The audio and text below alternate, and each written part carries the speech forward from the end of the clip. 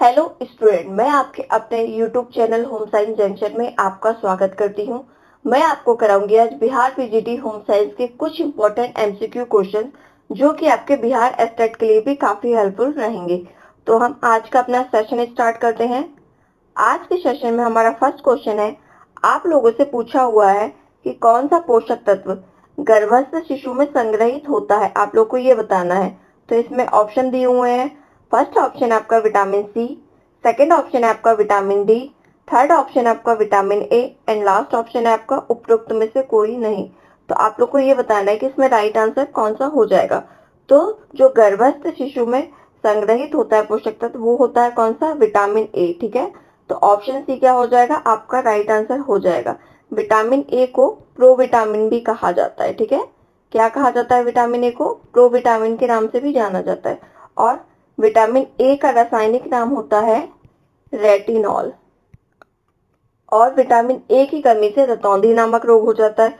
और जितने भी आंखों से संबंधित रोग होते हैं ना, वे विटामिन ए की कमी से ही होते हैं। इसी तरह विटामिन सी का रासायनिक नाम होता है एस्कॉर्बिक एसिड, और विटामिन सी की कमी से स्कर्वी नामक रोग हो जाता है। ठीक है, विटामिन सी की कमी से कौन सा रोग होता है, स्कर्वी नामक रोग हो जाएगा। नेक्स्ट क्वेश्चन है आपका, क्वेश्चन में पूछा हुआ आप लोगों से, त्वचा झुर्रियों युक्त एवं उसका रंग पीला होना किसके लक्षण प्रदर्शित करता है। आप लोग को ये बताना है, झुर्रियां युक्त त्वचा और उसका कलर भी कैसा है, येलो है, पीला है, तो ये कौन से लक्षण प्रदर्शित करता है, कुपोषण का या अल्प पोषण का या गरिष्ठ भोजन का या इनमें से कोई नहीं। ठीक है, तो जो झुर्रियोंदार त्वचा होती है, पीले कलर की होती है, बिल्कुल कोई भी शाइनिंग नहीं होती, तो ये किसका लक्षण होता है, ये लक्षण होता है कुपोषण का। ठीक है, किसका लक्षण होता है आपका, कुपोषण का। तो ऑप्शन ए हमारा राइट आंसर हो जाएगा। नेक्स्ट क्वेश्चन है, क्वेश्चन में आप लोगों से पूछा हुआ है कि पीईएम बच्चों के बीच कुपोषण का सबसे व्यापक रूप में प्रचलित है। तो आप लोगों को क्या बताना है, पीईएम का अर्थ क्या है ये बताना है, यानी कि आपको पीईएम की फुल फॉर्म बतानी है। ऑप्शन दिया हुआ है। फर्स्ट ऑप्शन है आपका प्रोटीन एनर्जी माल न्यूट्रिशन, सेकेंड ऑप्शन है आपका फिजिकल एनर्जी माल न्यूट्रिशन, थर्ड ऑप्शन है आपका prolactin energy mall nutrition and आपका फोर्थ ऑप्शन है पुअर एनर्जी माल न्यूट्रिशन। तो आप लोग को ये बताना है कि इसमें राइट आंसर क्या हो जाएगा।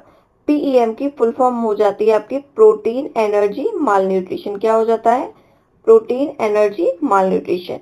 और लंबे, अगर किसी व्यक्ति को या बच्चे को लंबे समय तक प्रोटीन या कैलोरी की अपर्याप्त मात्रा मिली है, तब कौन से रोग से कुपोषण हमारा फैलता है, पीईएम के कारण, यानी कि प्रोटीन एनर्जी माल न्यूट्रिशन के कारण क्या हो जाता है, बच्चे कुपोषण का शिकार हो जाते हैं। ठीक है, क्लियर है आपको ये।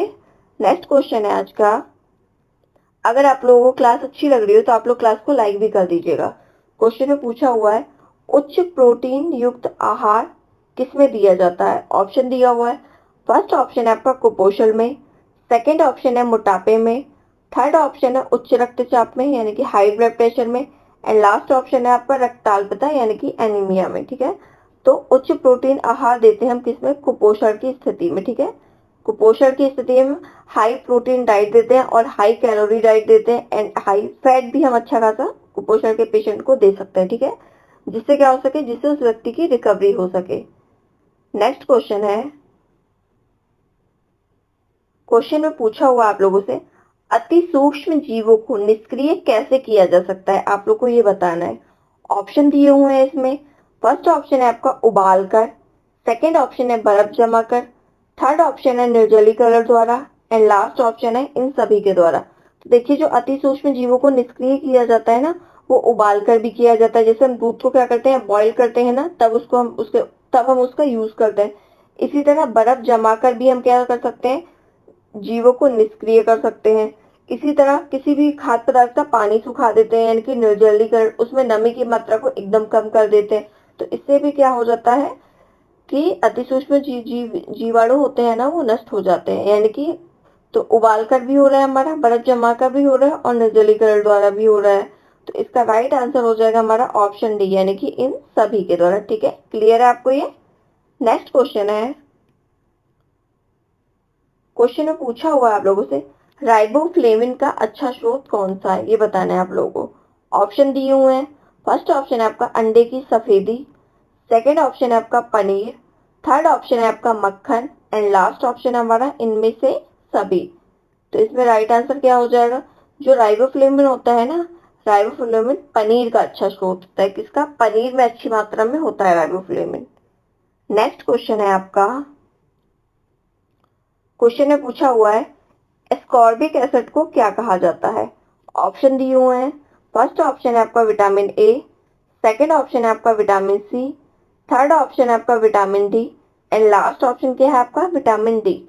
तो एस्कॉर्बिक एसिड हमारा किसका? विटामिन सी का रासायनिक नाम होता है। ठीक है, विटामिन सी का रासायनिक नाम क्या होता है? Ascorbic acid. और इसकी कमी से कौन सा रोग हो जाता है? स्कर्वी रोग हो जाता है। और अगर हमारे शरीर में विटामिन सी की कमी है तो जो घाव हो जाते हैं ना हमारे बॉडी के अंदर, वो आसानी से नहीं भरेंगे, बल्कि घाव भरने में, चोट जो लग गई है उसके घाव भरने में बहुत से ज्यादा लंबा टाइम लगेगा। और इसके विटामिन सी के हमारे सोर्सेस क्या होते हैं? जैसे नींबू, आंवला, संतरा, जितने भी खट्टे फल होंगे ना उनमें क्या हो, जो उनमें हमारा विटामिन सी पाया जाएगा। लेकिन खट्टे फलों में भी सबसे ज्यादा विटामिन सी हमारा किसमें पाया जाता है? आंवला के अंदर विद्यमान रहता है। ठीक है, क्लियर आपको ये? नेक्स्ट क्वेश्चन है आज का, क्वेश्चन में पूछा हुआ है आयोडीन खाने से डैश में बचाव मिलता है।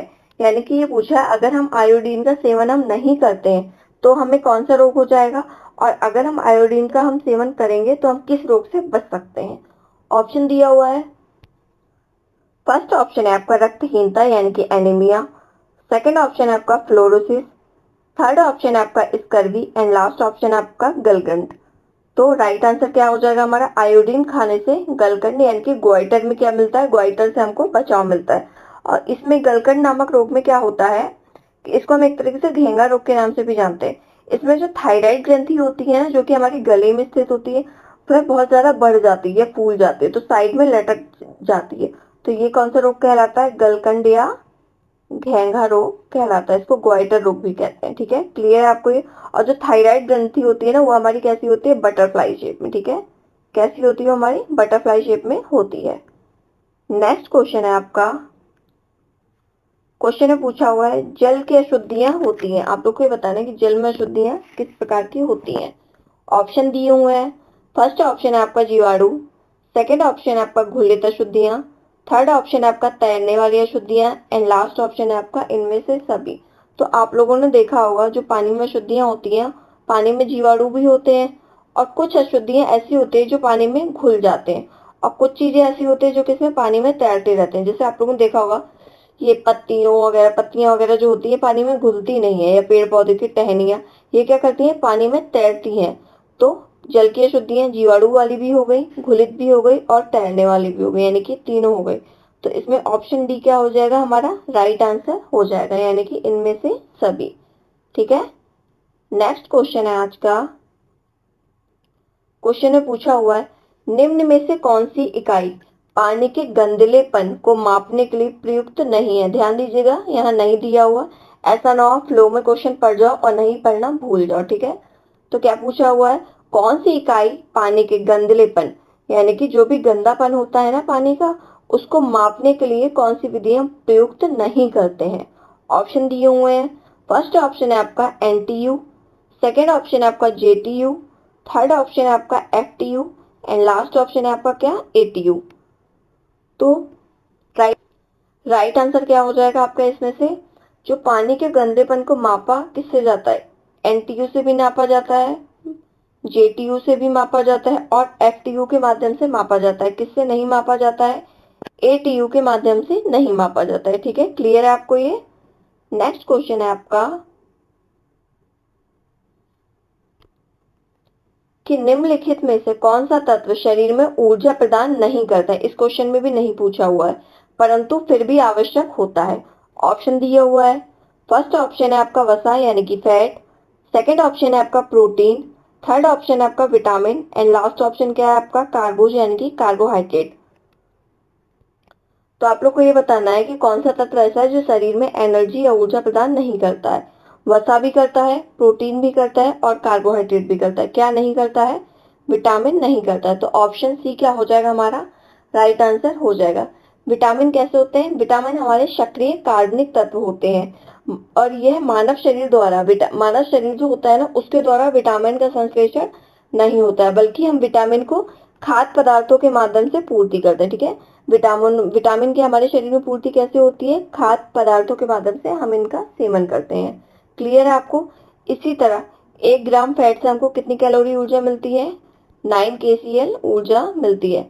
और 1 ग्राम प्रोटीन से हमको मिलती है 4 kcal energy and 1 gram carbohydrate से भी हमको मिलता है 4 kcal एनर्जी। क्लियर है आपको ये? अगर आपको क्लास अच्छी लग रही हो तो आप लोग क्लास को लाइक भी कर दीजिएगा। नेक्स्ट क्वेश्चन है आज का हमारा। क्वेश्चन में पूछा हुआ है किस अवस्था में अत्यधिक प्रोटीन की आवश्यकता होती है? आप लोग को ये बताना है। ऑप्शन दिए हुए हैं।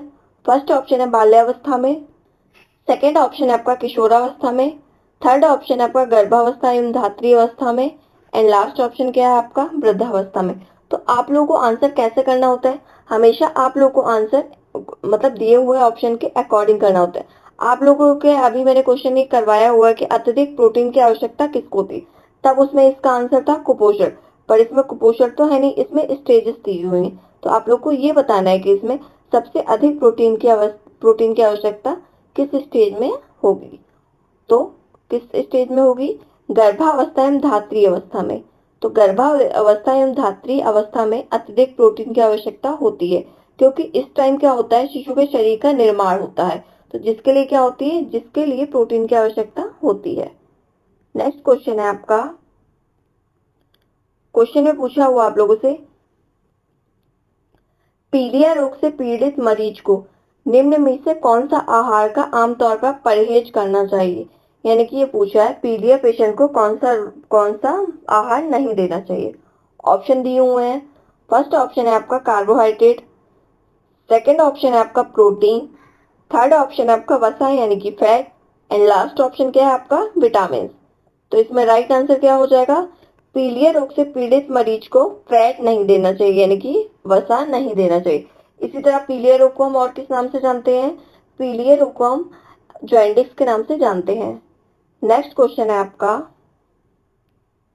क्वेश्चन में पूछा हुआ है खाद्य पदार्थों के संरक्षण के लिए कौन सी विधि अधिक वैज्ञानिक है? ठीक है, आप लोग को ये बताना है। ऑप्शन दिए हुए हैं। फर्स्ट ऑप्शन है आपका रासायनिक विधि, सेकेंड ऑप्शन है आपका भौतिक विधि, थर्ड ऑप्शन है आपका विकिरण विधि एंड लास्ट ऑप्शन है आपका इनमें से कोई नहीं। तो खाद्य पदार्थों के संरक्षण के लिए सबसे अच्छी मतलब सबसे अधिक वैज्ञानिक विधि होती है हमारी कौन सी? विकिरण विधि। ठीक है, कौन सी विधि? विकिरण विधि। इसमें हम रेडियो एक्टिव तरंगों का यूज करते हैं। क्लियर है आपको ये? नेक्स्ट क्वेश्चन है आपका। क्वेश्चन में पूछा हुआ है जब चावल अधिक पानी में उबाला जाता है तथा पानी पसाया जाता है तब किस का नुकसान हो जाता है? ऑप्शन दिया हुआ है। फर्स्ट ऑप्शन है आपका विटामिन ए का, सेकेंड ऑप्शन है आपका विटामिन बी कॉम्प्लेक्स का, थर्ड ऑप्शन है आपका विटामिन सी का एंड लास्ट ऑप्शन क्या है हमारा कैल्शियम का।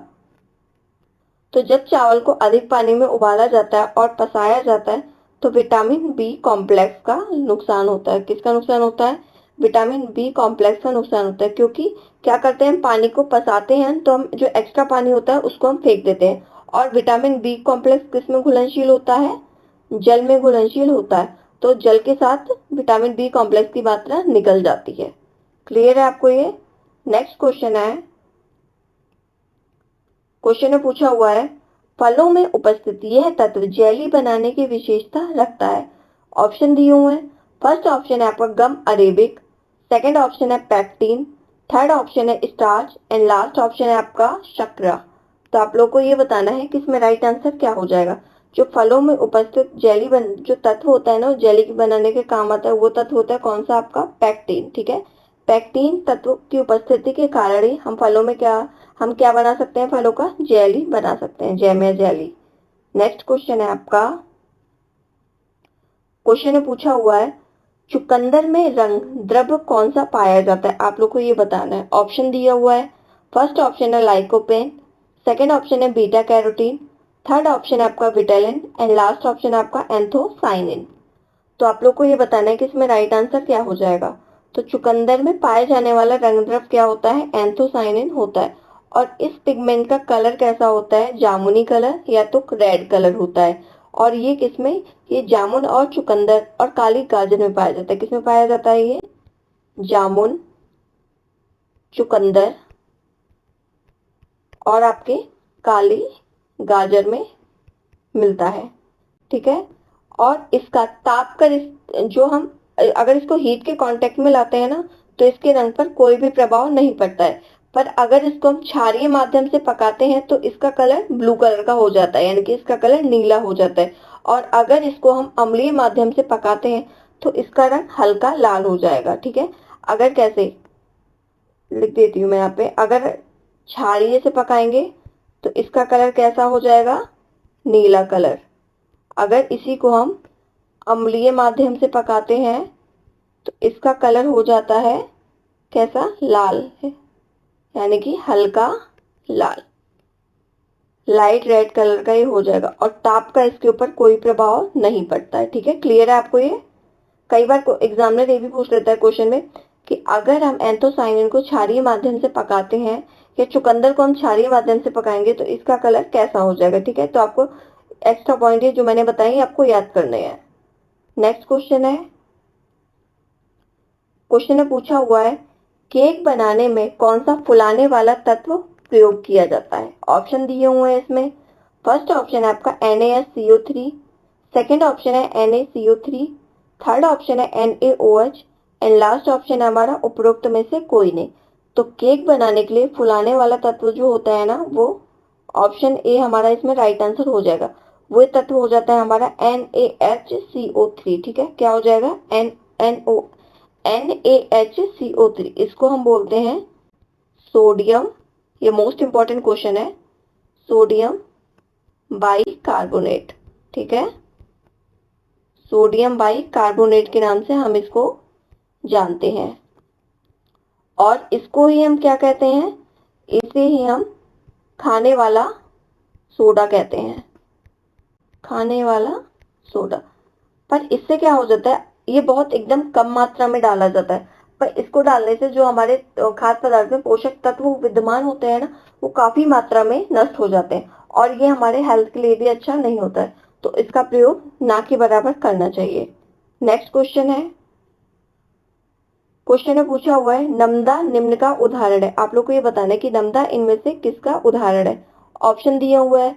फर्स्ट ऑप्शन है आपका वोवेन यानी कि बुने हुए कपड़े का, सेकंड ऑप्शन है आपका फेल्टेड कपड़े का, थर्ड ऑप्शन है आपका नेटेड यानी कि बुनाई कपड़े का एंड लास्ट ऑप्शन है आपका ब्रेडेड यानी कि गुथे हुए कपड़े का। तो इसमें राइट आंसर क्या हो जाएगा आपको ये बताना है। जो नमदा एग्जाम्पल है ना आपका, तो नमदा एग्जाम्पल है आपका किसका? फेल्टेड कपड़े का। किसका? फेल्टेड कपड़े का। ये कैसे? बिना बुना हुआ कपड़ा होता है। कैसा? बिना बुना हुआ। कैसा होता है ये आपका? बिना बुना हुआ कपड़ा होता है। और जो नमदा होता है ना, इनकी फेल्टेड कपड़े, वो बहुत छोटे छोटे रेशों से बनाया जाता है। और यह जो होता है जैसे ऊनी रेशा हो गया, इसको हम नमी ताप एवं दाब द्वारा क्या कर देते हैं? लेयर बाय लेयर में बिछा देते हैं। फिर हम इसको नमी ताप और दाब देते हैं, तब इससे क्या होता है? तब इससे कपड़े का निर्माण हो जाता है। यानी कि इसमें क्या हो रहा है? इसमें हमारा रेशे से डायरेक्ट कपड़ा बनता है। और वैसे हम प्रोसेस करते हैं तो रेशे से हम क्या करते हैं? धागा बनाते हैं। फिर क्या करते हैं? धागे से की हम बुनाई करते हैं स्पिनिंग के द्वारा। ठीक है, नेक्स्ट क्वेश्चन है, क्वेश्चन में पूछा हुआ है आप लोगों से कि स्पेंडेक्स तंतु है। आप लोग को ये बताना है कि स्पेंडेक्स तंतु कैसा तंतु है। ऑप्शन दिए हुए हैं। फर्स्ट ऑप्शन है आपका तह प्रतिरोधक, सेकंड ऑप्शन है पानी प्रतिरोधक, थर्ड ऑप्शन है आपका इलास्टोमेरिक एंड लास्ट ऑप्शन है आपका अग्नि प्रतिरोधक। तो जो स्पेंडेक्स तंतु है ना, वो है आपका कैसा? इलास्टोमेरिक तंतु है। कैसा? इलास्टोमेरिक तंतु है। तो ऑप्शन सी क्या हो जाएगा आपका? राइट आंसर हो जाएगा। नेक्स्ट क्वेश्चन है आज का, क्वेश्चन में पूछा हुआ है सूती वस्त्र को पारदर्शी और कड़ा करने के लिए किससे क्रिया कराई जाती है। ऑप्शन दिया हुआ है। फर्स्ट ऑप्शन है आपका कास्टिक सोडा से, सेकंड ऑप्शन है आपका सल्फ्यूरिक अम्ल से, थर्ड ऑप्शन है आपका सोडियम परबोरेट से एंड लास्ट ऑप्शन है इनमें से कोई नहीं। तो जो सूती वस्त्र को हम पारदर्शी और कड़ा करने के लिए क्रिया कराते हैं ना, वो क्रिया कराते हैं हम किससे? सल्फ्यूरिक अम्ल से, यानी कि सल्फ्यूरिक एसिड से। क्लियर है आपको? बहुत से लोगों को कंफ्यूज हो जाते हैं sulphuric acid and caustic soda में, तो ये ध्यान रखिएगा आप लोग, सूती वस्तु को पारदर्शी और कड़ा करते हैं ना, तो उसके लिए हम हमेशा किससे? सल्फ्यूरिक अम्ल से ही क्रिया कराते हैं। नेक्स्ट क्वेश्चन है आपका, क्वेश्चन में पूछा हुआ आप लोगों से लंबे तंतु को क्या कहते हैं? ऑप्शन दिए हुए हैं इसमें। फर्स्ट ऑप्शन है स्टेपल फाइबर, सेकंड ऑप्शन है आपका इलोंगेशन फाइबर, थर्ड ऑप्शन है आपका filament fibre and last option है आपका ब्लेंडेड फाइबर। तो जो लंबे तंतु होते हैं ना, लंबे तंतु को हम फिलामेंट फाइबर के नाम से जानते हैं, तो ऑप्शन सी क्या हो जाएगा? हमारा राइट आंसर हो जाएगा। इसी तरह जो स्टेपल फाइबर होते हैं ना, वो हमारे कौन से होते हैं? छोटे तंतु होते हैं। और सारे नेचुरल फाइबर केवल रेशम को छोड़कर सारे नेचुरल फाइबर कैसे होते हैं? स्टेपल फाइबर होते हैं। और जितने भी हमारे कृत्रिम फाइबर होते हैं ना, वो कैसे होते हैं? फिलामेंट होते हैं। और इसमें फिलामेंट में हमारा रेशम भी आ जाता है। नेक्स्ट क्वेश्चन है, क्वेश्चन में पूछा हुआ आप लोगों से किस प्रकार के सिल्क में कीड़े को मारा नहीं जाता निर्माण के दौरान? तो आप लोगों को ये बताना है कि अगर हम निर्माण कर रहे हैं तो निर्माण के दौरान किस प्रकार के सिल्क के कीड़ों को मारा नहीं जाता है? ऑप्शन दिया हुआ है। फर्स्ट ऑप्शन है मूंगा, सेकंड ऑप्शन है टसर, थर्ड ऑप्शन है इरी एंड लास्ट ऑप्शन है आपका ड्यूपियन। तो इसमें राइट आंसर क्या हो जाएगा? इसमें राइट आंसर हो जाएगा हमारा ऑप्शन ए, यानी कि मूंगा। तो मूंगा रेशम को हम क्या करते हैं? सिल्क के कीड़े को हम निर्माण के दौरान मारते नहीं हैं। ठीक है। नेक्स्ट क्वेश्चन है आपका, क्वेश्चन में पूछा हुआ आप लोगों से विस्कॉस रेयन बनाने वाले घोल का चिपचिपापन उसे इसमें घुलाकर परखा जाता है। तो ये बताना है आपको, जो विस्कॉस रेयन बनाने वाला जो घोल होता है ना, उसको चिपेपन जो होता है ना उसके अंदर, उसको किसमें हम घोल कर परख सकते हैं? ऑप्शन दिए हुआ है। फर्स्ट ऑप्शन है आपका 40% एसिटिक एसिड में, सेकेंड ऑप्शन है आपका तनु सल्फ्यूरिक एसिड में, थर्ड ऑप्शन है आपका तरल कार्बन डाइसल्फाइड में एंड लास्ट ऑप्शन है आपका 80% एसिटिक एसिड में। तो इसमें राइट आंसर क्या हो जाएगा? आप लोग को ये बताना है। तो इसमें राइट आंसर हो जाएगा आपका 40% एसिटिक एसिड में। ठीक है। नेक्स्ट क्वेश्चन है आपका, क्वेश्चन में पूछा हुआ है प्राकृतिक रेशा कौन सा है? आप लोग को ये बताना है। ऑप्शन दिए हुआ है। फर्स्ट ऑप्शन है आपका एस्बेस्टॉस, सेकंड ऑप्शन है आपका ऑर्लॉन, थर्ड ऑप्शन है आपका नायलॉन एंड लास्ट ऑप्शन क्या है आपका? इनमें से कोई नहीं। तो जो प्राकृतिक रेशा हो जाता है ना, प्राकृतिक रेशा होता है हमारा एस्बेस्टॉस, यानी कि ऑप्शन ए क्या हो जाएगा? हमारा राइट आंसर हो जाएगा। जो एस्बेस्टॉस होता है ना, ये ताप का क्या होता है? कुचालक रेशा होता है। कैसा होता है? ताप का कुचालक रेशा होता है एस्बेस्टॉस। नेक्स्ट क्वेश्चन है आपका, क्वेश्चन में पूछा हुआ आप लोगों से गुजरात के अवरोधक छपाई वाले वस्त्र को क्या कहते हैं? ऑप्शन दिए हुए इसमें। फर्स्ट ऑप्शन है आपका अजरक, सेकंड ऑप्शन है कलमकारी, थर्ड ऑप्शन है इक्कत एंड लास्ट ऑप्शन है आपका मधुबनी। तो इसमें राइट आंसर क्या हो जाएगा? तो गुजरात के अवरोधक छपाई वाले वस्त्र को क्या कहते हैं? हम अजरक कहते हैं।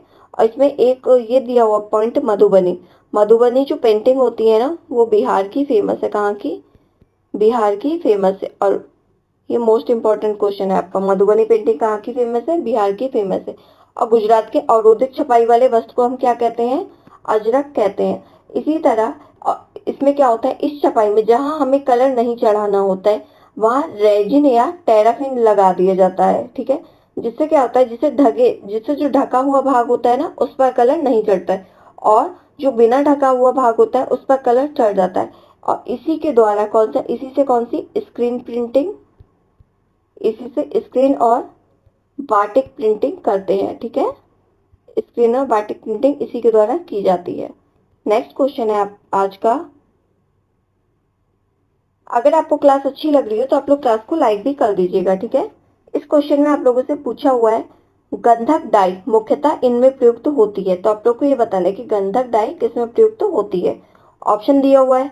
फर्स्ट ऑप्शन आपका रेशम, सेकंड ऑप्शन आपका स्टोन एवं अम्ल वॉश, थर्ड ऑप्शन आपका वायु ऑक्सीकरण एंड लास्ट ऑप्शन है आपका उपरोक्त में से कोई नहीं। तो गंधक डाई मुख्यतः किसमें प्रयुक्त होती है? वायु ऑक्सीकरण में प्रयुक्त होती है। तो ऑप्शन सी क्या हो जाएगा? हमारा राइट आंसर हो जाएगा। ठीक है। क्लियर है आपको ये? नेक्स्ट क्वेश्चन है आज का। क्वेश्चन है पूछा हुआ है, निम्नलिखित में से कौन सी सिलाई कसूती नहीं है। यहाँ भी क्या दिया है, नहीं दिया हुआ है, कसूती नहीं है। ऑप्शन दिया हुआ है, फर्स्ट ऑप्शन है गावंती, सेकंड ऑप्शन है फंदा, थर्ड ऑप्शन है मेहंदी एंड लास्ट ऑप्शन क्या है, मुर्गी। तो कसूती जो होता है ना, कसूती गावंती, गावंती सिलाई में, कसूती में गावंती टाका आ जाता है, मेथी आ जाता है और मुर्गी आ जाता है। तो क्या नहीं आता है इसमें, फंदा टाका नहीं आता है। तो ऑप्शन बी क्या हो जाएगा हमारा, राइट आंसर हो जाएगा। अब फंदा किसका प्रकार होता है, फंदा हमारा चिकनकारी का प्रकार होता है। ठीक है, किसका, चिकनकारी का प्रकार होता है। और इसमें क्या होता है, इसमें उभरे हुए नमूने यानी कि उभरे हुए पैटर्न क्रिएट किए जाते हैं, यानी कि उभरे हुए पैटर्न बनाए जाते हैं। नेक्स्ट क्वेश्चन है आज का, ये हमारा सेकंड लास्ट क्वेश्चन है। इसमें पूछा हुआ है, सूती वस्त्रों की धुलाई के समय रंग निकलने से बचाने के लिए किसका प्रयोग किया जा सकता है। ऑप्शन दिए हुए हैं, फर्स्ट ऑप्शन है आपका साधारण नमक, सेकंड ऑप्शन है आपका सिरका, थर्ड ऑप्शन है आपका sodium carbonate and last option है आपका लीसा पोल। तो इसमें राइट आंसर हो जाएगा हमारा ऑप्शन ए यानी कि साधारण नमक। जो सूती वस्त्रों को धुलाई के टाइम रंग निकलने से हम बचाने के लिए हम किसका प्रयोग करेंगे, हम साधारण नमक का प्रयोग करेंगे। आप क्या करिएगा, अगर कोई आप कॉटन का कपड़ा लाए हैं, फॉर एग्जाम्पल आप कॉटन का क्या लेकर आए, एक रेड कलर का आप कॉटन का दुपट्टा लेकर आए हैं, और आपको क्या करना है कि उसको यूज करने से पहले आपको क्या करना है, एक बाल्टी में नॉर्मल पानी लेना है, उसमें आपको नॉर्मल जो नमक होता है साधारण नमक वो डाल देना है, उसके बाद आपको दुपट्टे को डाल देना। तो थोड़ा बहुत जितना कलर निकलना होगा ना आपका उसी में निकल जाएगा। बाकी उसके बाद जब भी आप उसको धोगे या उस दुपट्टे को यूज करोगे तो उसका कलर नहीं निकलता है। ठीक है, अगर इसी तरह हमने एक दुपट्टा लिया, उसको क्या कर किया हमने, डायरेक्ट हम उसको यूज करने लगे, उसको हमने नमक के पानी में नहीं डाला, तो उस दुपट्टे को आप जितनी भी बार धोएंगे उसका कलर उतनी ही बार निकलता चला जाएगा। ठीक है, फिर आपका दुपट्टा फेड हो जाता है, जो कि किसी काम का नहीं रह जाता है लास्ट में। और आज का लास्ट क्वेश्चन है हमारा। क्वेश्चन में पूछा हुआ आप लोगों से, कुर्ता बनाते समय हमें सिलाई के लिए कपड़ा लेना चाहिए।